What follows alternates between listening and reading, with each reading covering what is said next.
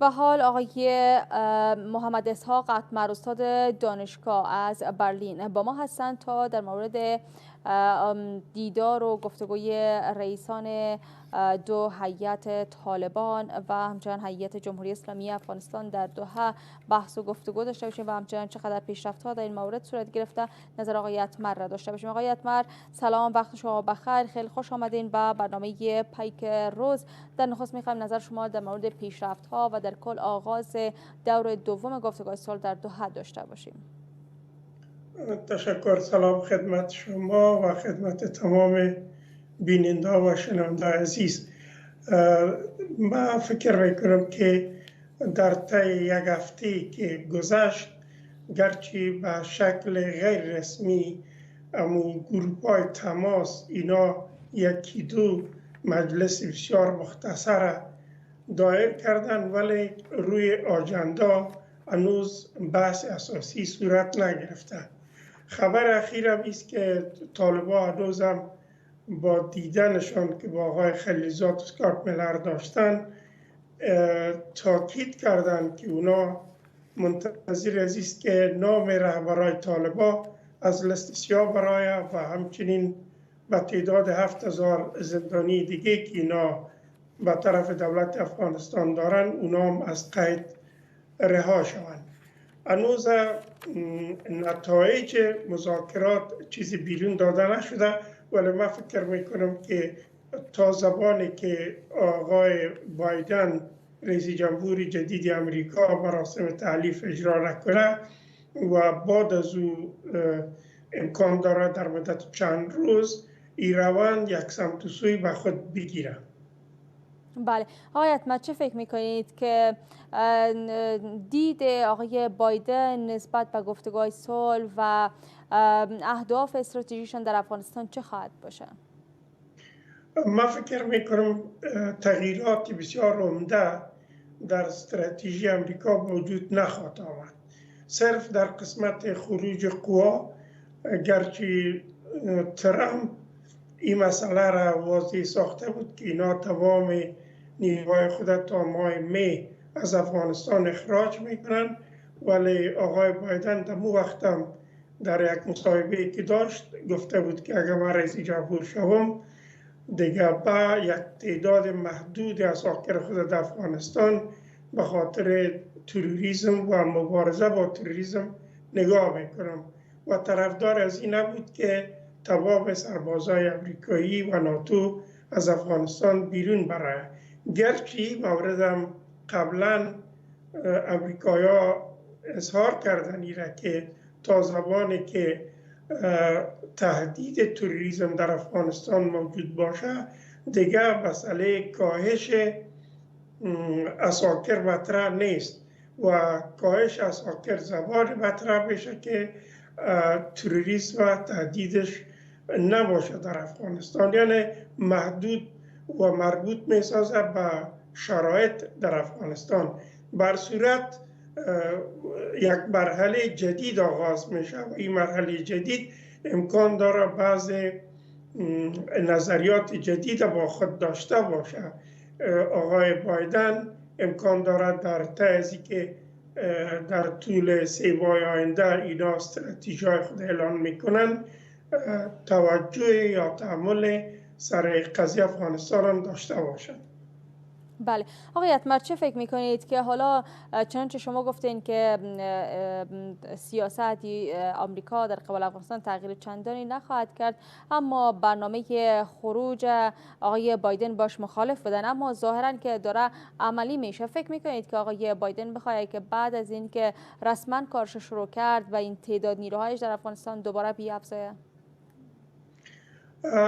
ایره خو امریکایا برای خود منحصر ساختن، یعنی در حقیقت بی آپشن برای خود محفوظ دارن. این گپ ترامپ هم گفته بود که اگر ما بخواهیم دوباره به افغانستان برمیگردیم، ولی راه حل این نیست. اگر راه حل جنگ می بود ما در طی 20 سال به یک نتیجه می رسیدیم. من فکر میکنم هر کس که رئیس جمهوری امریکا باشه باید یک رای را جستجو بکنه که او جنگ در افغانستان ختم کنه و همچنین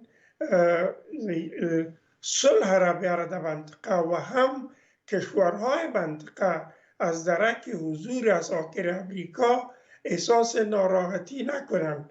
خود حضور اساکر خارجی در افغانستان یک سلسله تشویش‌های را برای کشورهای منطقه به وجود میارن و اگر ایدبی تشویش رفع شود با فکر میکنم که صلح یعنی دور نیست و در پالوی ازی ما باید و یا کسایی که در این قضیه شامل هستند اینا سرزی فکر بکنن چطور میتونن امی طرفهای مختلف درگیره اینا با هم به اعتماد بگیرن و اعتماد سازی کنن تا اینکه اینا برای آمدن صلح صادقانه همکاری کنن. امروز وقتی که ما میبینیم امروز تمام ابتکار عمل و اصطلاح پیش پاکستان و استخبارات پاکستان است. حرف آخر استخبارات پاکستان و پاکستانی ها میزنن که خودش سبب ادامه جنگ در افغانستان میشه. اگر امریکایان، ناتو و کشورهای منطقه و قدرت‌هایی که در شامل هستند امو فشار لازم بالای اونمو استخباراتی که اینا در پی جنگ هستند و این جنگ تمدید میکنن و این ادامه میتن ورقانه بسازن برای آوردن صلح و برای همکاری. من فکر میکنم که این بعید نیست و این ممکن است، اما اگر استخبارات منطقه در پی استراتژی های خود است و پاکستان در پی استراتژی های خود است، این یک نوع تقابل به وجود میاره، تضاد منافع را به وجود میاره که در صورت تضاد منافع نه کشورهای منطقه نه خود افغان ها و نه هم امکان داره قوت‌هایی که در پشت از این قضیه افغانستان در سطح جهان قرار داره اینا آماده باشند به اینکه قضیه افغانستان را نقطه پایان بتن و صلح را اینجا حاکم بسازن. بله، چه فکر میکنید آقای اتمراغ؟ آیا اولویت در کار آقای بایدن صلح و ثبات در افغانستان هست؟ من فکر میکنم آقای بایدن بسیار گپای دیگر داره. شما میفهمید که امریکا کشور است که اقتصاد بزرگ جهان به دستش است و امریکا یک کشور سرمایه‌داری است و امریکا کشور است که خودش جنگ.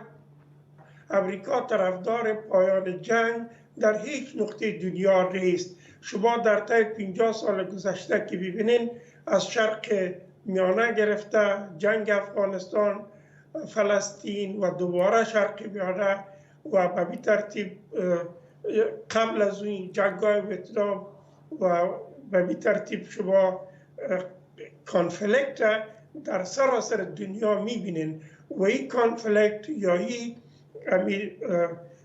به اصطلاح تقابلات بین قوت‌ها یک طرفش امریکاست. یعنی در طول 50 سال گذشته امریکایا جهان همینطور بی‌ثبات نگاه کردن و برای رسیدن به اهداف خود اینا جنگ ها را ترویج میکنن.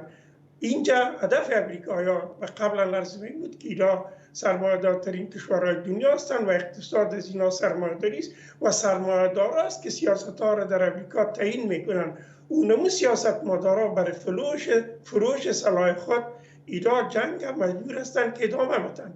امروز هم وقتی آقای بایدن که قدرت و دست میگیره اولین مرور ازی برای منطقه در قسمت ایران و ارتباط ایران با کشورهای عربی و روابط کشورهای عربی با اسرائیل و یهود است. اینا کوشش میکنن که به این ترتیب این تشنج تا حد پیش ببرن که عربستان سعودی، امارات متحده عرب، قطر و بحرین و دیگر کشورها فرصت بیشتر را به امریکا بدن و سلاح بیشتر از امریکا بخرن و اینطور نشان بده که دشمن اساسی از اینا ایران است و کشورهای عربی باید برای مهار ایران و برای ضعیف کردن قدرت ایران اینا باید سلاح بخرند و مسلح باشند. همچنین در آسیای بیانه هم به می استراتژی اینا برن. در این قسمت اینا زیاد متوجه چین هستند، کوشش میکنن که رشد اقتصادی چین اینا توقف بدن و این رشد اقتصادی چین زمان اینا توقف داده میتونن در منطقه که منطقه به ثبات باشه. بله، حالا آقای اتمر، در اینجا بر حکومت افغانستان لازم است که چگونه یک سیاست خارجی را داشته باشد تا بالاخره بتونه از هر کشور منافعی به دست بیاره و بتونه که روابطش بر بنیاد منافعی پیش ببره و به ویژه در گفتگوهای صلح.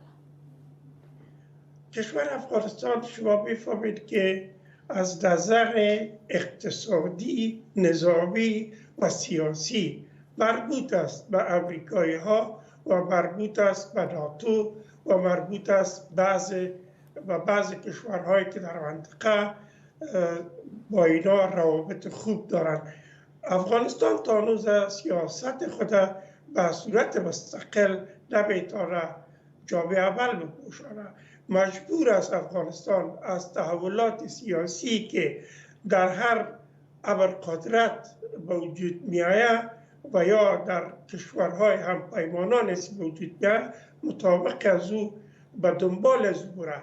و شما اخیراً دیدین فشارهای کشورهایی که اینا افغانستان را کمک میکردن، آزادی زندانیای طالب که اینا در حدود 60,000 نفر از زندانها رها ساختن و وضع امنیتی امروز در داخل افغانستان میبینن که چگونه است. از خاطر است که افغانستان به تنهایی خود یا به صورت مستقل نمیتونه سیاست‌های خود تنظیم بکنه.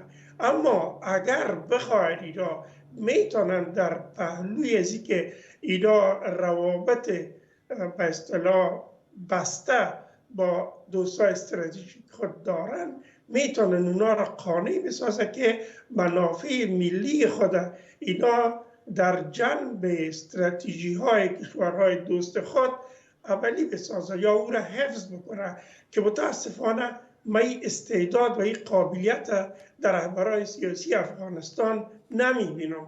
اینا یک روز یک قسم صحبت میکنن، روز دیگر قسم صحبت میکنن و سیاست های متناوب و متزلزل از اینا در طول 20 سال سبب ابی از همپاشی نظام، سبب بی‌اعتمادی خود افغان ها و سبب پایین بودن کیفیت روابط سیاسی از اینا با کشورهای دوستشان است. بله، در حال حاضر حکومت افغانستان چه باید انجام بده تا گفتگوهای صلح بتونه نتیجه بده؟ واقعا از این که گفتگوهای صلح به کندی پیش میره مشکل در کدام طرف است؟ چقدر تانستن که در مدت 22 روز وقفه‌ای که وجود داشت هیئت‌ها با هم کار بکنن و مشکلاتی که وجود داشت او را حل بسازن و طرح‌های بدیل و جدید را شامل آجندا بسازن کار کردن؟ من فکر میکنم دولت افغانستان و مشکلات بسیار زیاد داره، در داخل خود مشکل داره، با تیم خود دولت مشکل داره، با سیاسیون خود مشکل داره، با همسایه خود مشکل داره، با امریکایی ها هم مشکل داره. به این ترتیب اگر بدبینانه قضاوت نکنم برآمدن افغانستان از این یک مرحله کار دشوار و مشکل است تا اینکه اینا واقعا منافع ملی خود مشخص بسازن و اینا درک بکنن و اینا با دوستای خود، با سیاسیون داخلی، با اجماع کشورهای منطقه و اجماع سیاسیون داخلی و قوت‌های داخلی تا اینکه اینا بتوانن با پالیسی و استراتژی واحد و که در او منافع ملی تمام افغان ها مسئول بمانه و به مشوره افغان ها. اینجا بسیاری موارد نادیده گرفته میشه. کسایی که اینا چیز فهم هستن نظریات از اونا موری نمیشه.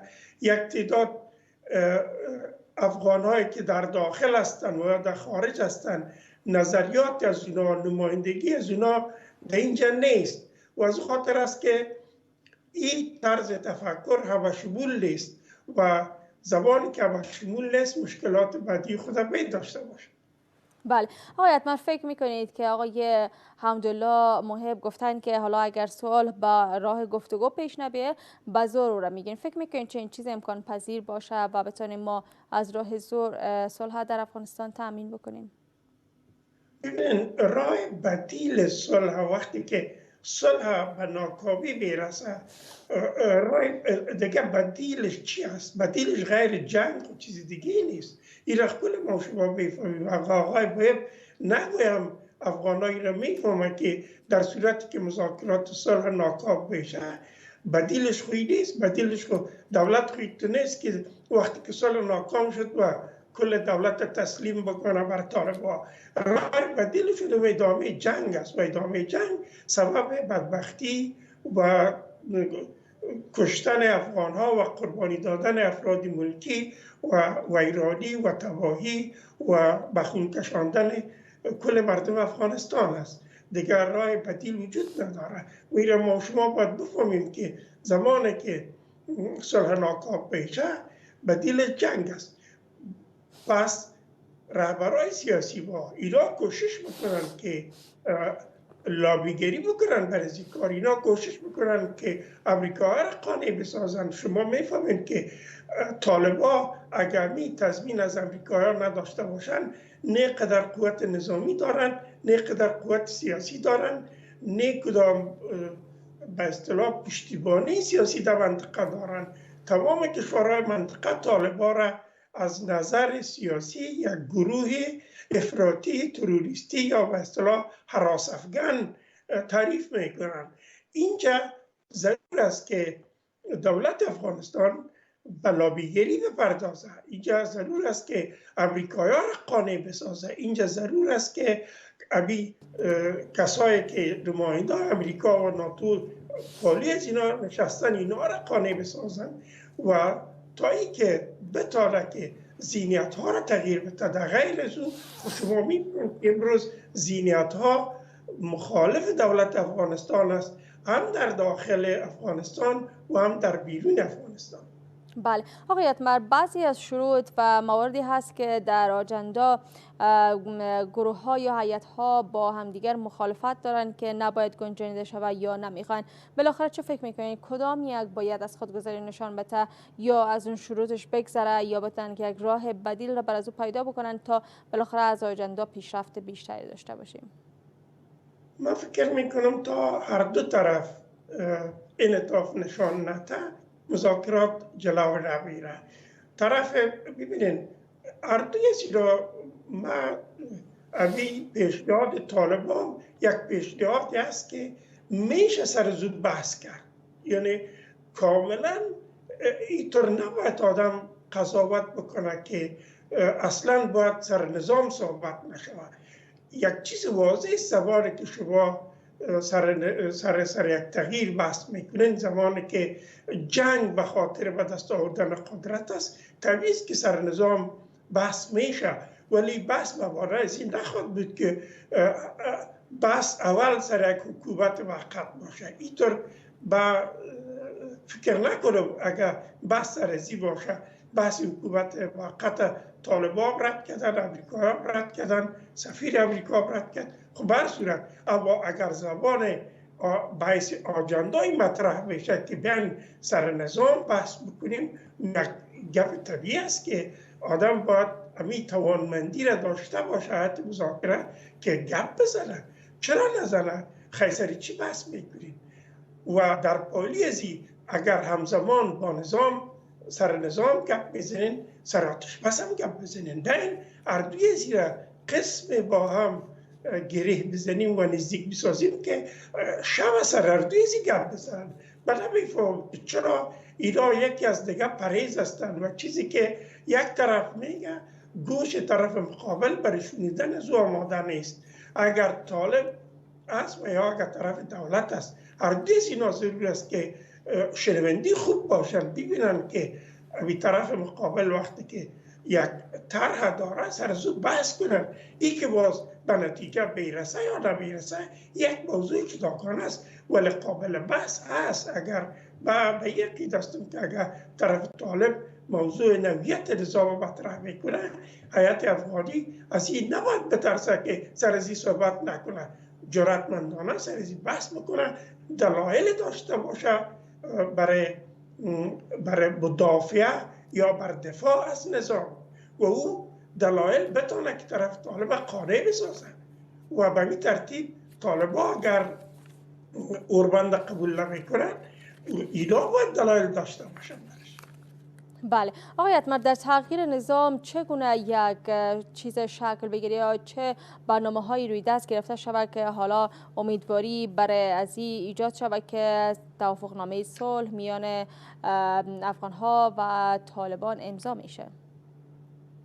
میبینین بعد از جنگ عمومی دوم در دنیا بسیار زیاد کانفلیکت یا برخوردها و بحرانها در جهان موجود بود و تمامی بحرانها به مرور زمان یکی پی دیگه این بحرانها حل شده رفته. این نیست که بحران حل نمیشه، یعنی بحران حل شدنی است و اگر هر دو طرف بخواهند، اگر به اصطلاح اراده موجود باشه و زمانی که اراده اینجا موجود نیست اجازه بدن طرف سوم. ولی شما ببینید در این قضیه ملل متحد هیچ داخل نیست، شورای امنیت هیچ داخل نیست.